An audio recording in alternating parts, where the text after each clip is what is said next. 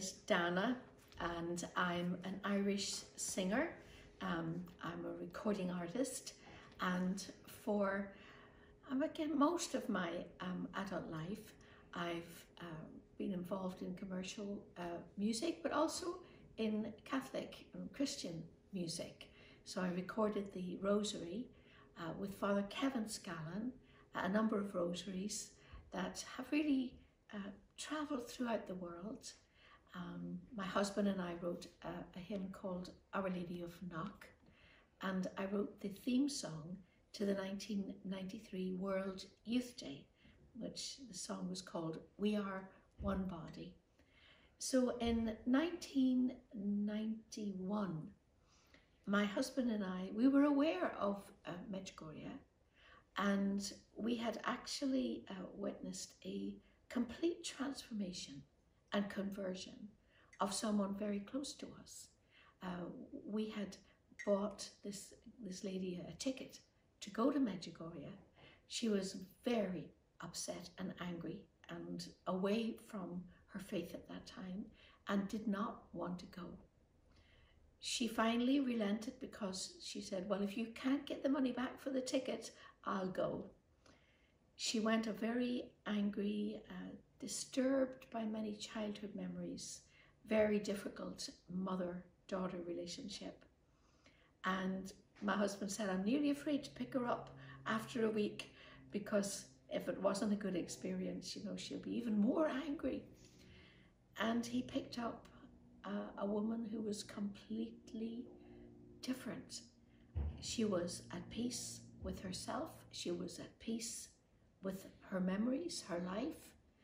And she went on in her life to be just a saintly woman.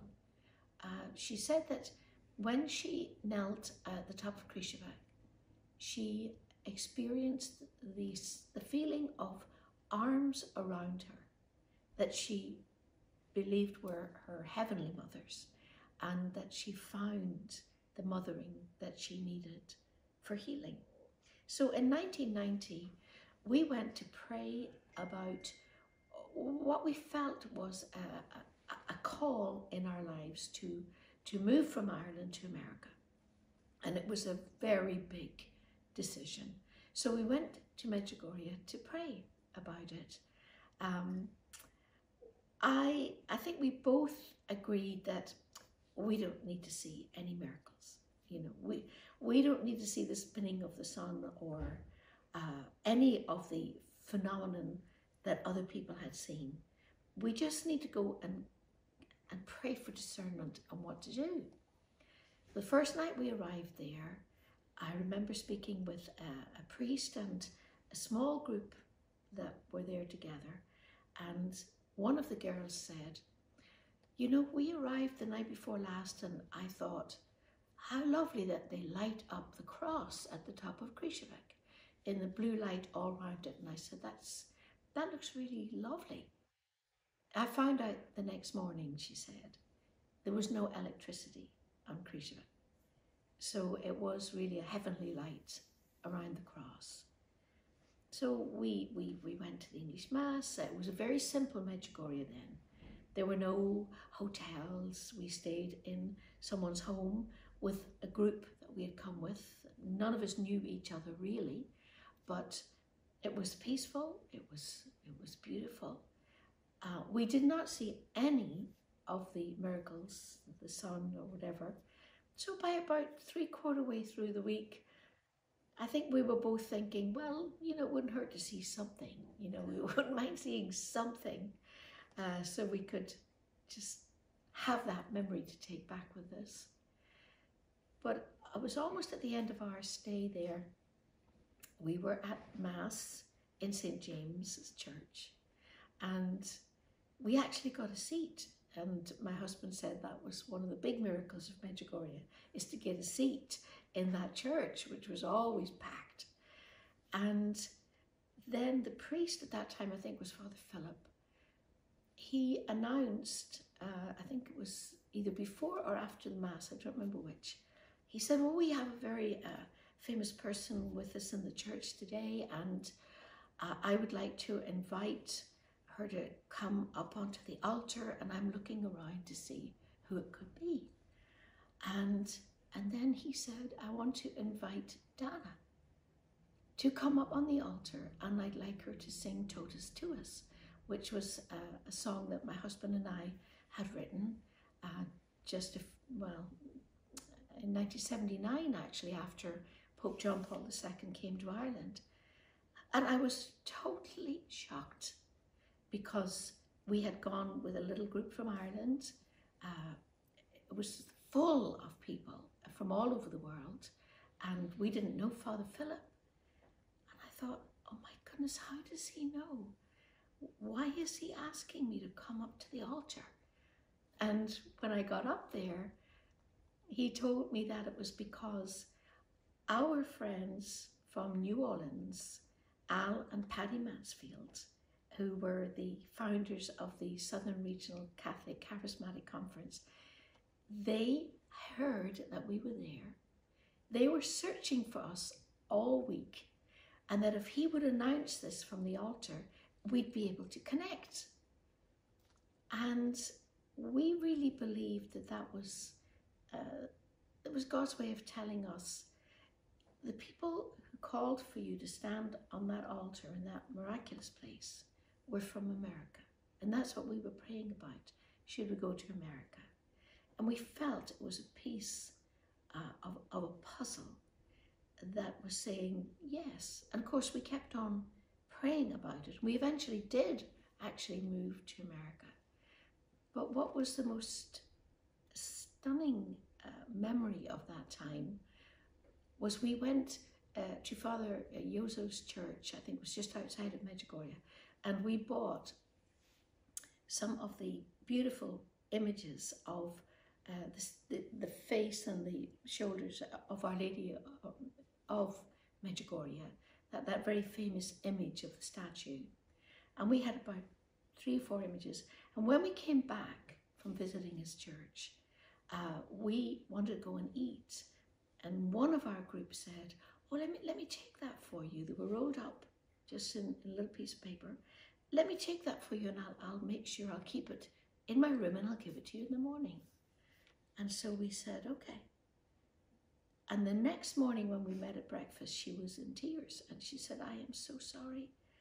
I don't know what happened, but when I lifted it this morning, it was soaking. And of course, we were leaving later that day, and we thought, you know, like a glossy photographic image, if it gets wet, it's destroyed.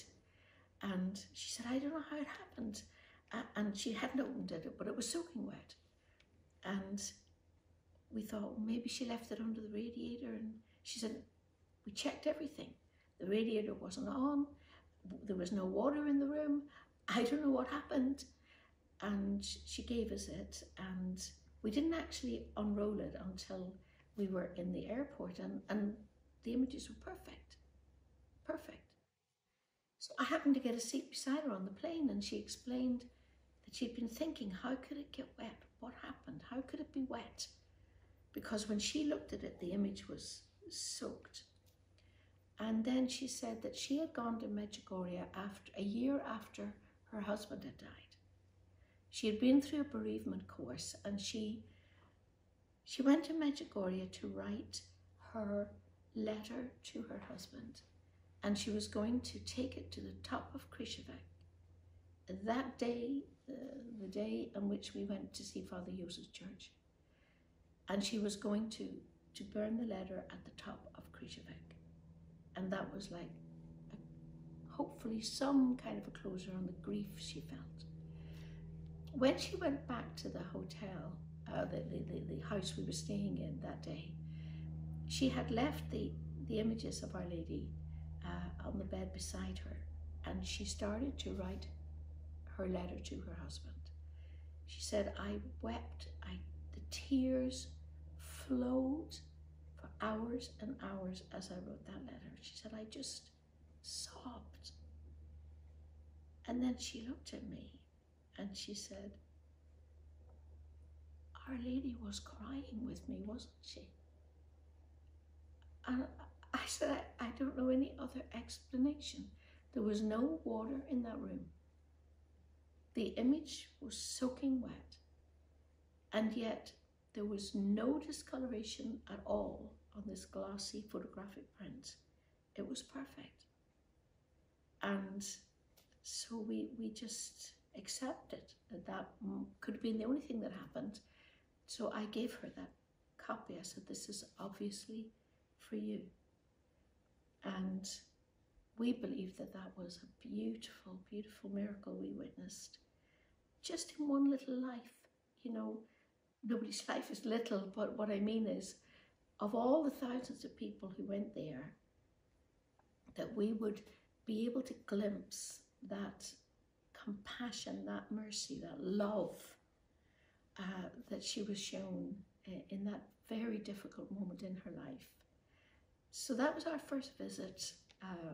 We kept another image of Our Lady which went to our homes. We often thought about that woman.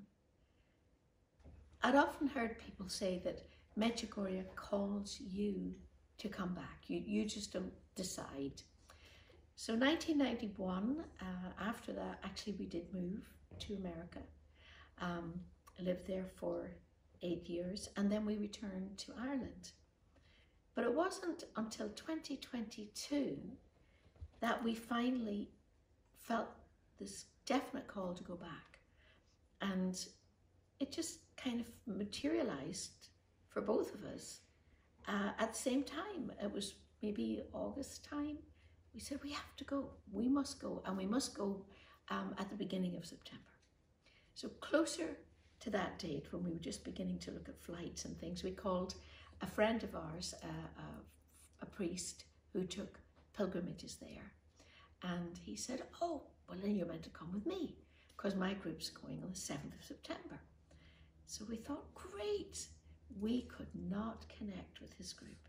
We could not get flights at all. And we thought, oh, we'll just go ourselves. So we were this close to doing it when a very dear friend, Sister Bridge McKenna, who was actually the nun who prophesied that the apparitions would begin in Medjugorje, to the parish priest at that time.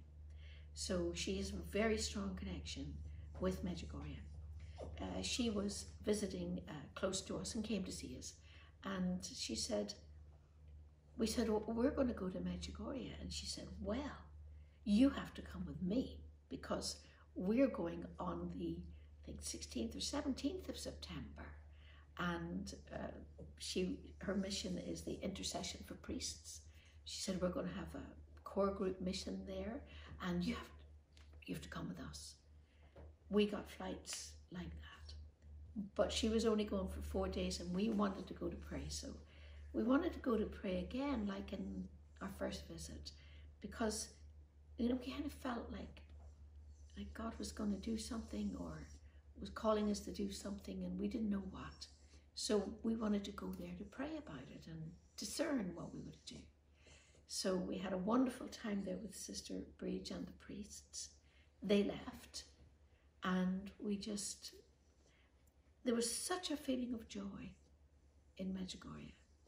We met people from Ireland, we met people from different parts of the world, and without exception, people would say, oh, I've been here many times, but I've never experienced this, just a feeling of joy that was there. It was so beautiful and peaceful. Anyway, we came to our last evening, and we were in the hotel. There was only 4 other ladies who were going to be in the hotel that night and in the dining room. And we ended up sitting at the one table. We had such a beautiful dinner with them, a beautiful sharing with them. And it turned out that one of the ladies told me that she had been praying for me and for my husband, a beautiful woman called Angelique. She had been praying for me for years in the different endeavours in our lives, both involvement in political life, and everyone's life goes through difficulties, and we had come through extremely challenging and difficult time. And I thought, oh my goodness, I come to Medjugorje and I meet, on the face of it, we didn't recognize each other, but someone who had been praying for us, well, really for about 20, 25 years. And I was so touched by the body of Christ that we are, the body of Christ, that even when we don't know it, there are members of the body of Christ who are lifting us up and supporting us and praying for us. And I think that's one of the gifts of Medjugorje. Just like that first visit, when we were praying, trying to discern, should we go to America? Sitting in St. James's Church, our American friends are also there and are part of the confirmation that we're to go to America. And I do believe that it's like a gathering place for the body of Christ. It's a gathering place where people come from all over the world, and you can meet people that you either know yourself or they're part of a circle of people that you know. But when you leave Medjugorje, you're sharing the memory and the inspiration of Medjugorje with people from all over the world. It's a very important, alive place. The message of Medjugorje is as alive today as it was when it was first spoken and heard and shared in the 1980s. And we believe that Medjugorje actually evangelized the United States of America through the 80s and the 90s, because so many people went there and were strengthened in their faith or converted to their faith, and they came back and it spread all over the United States of America. And it's part, I think, of a great blessing that's been poured out all over the world.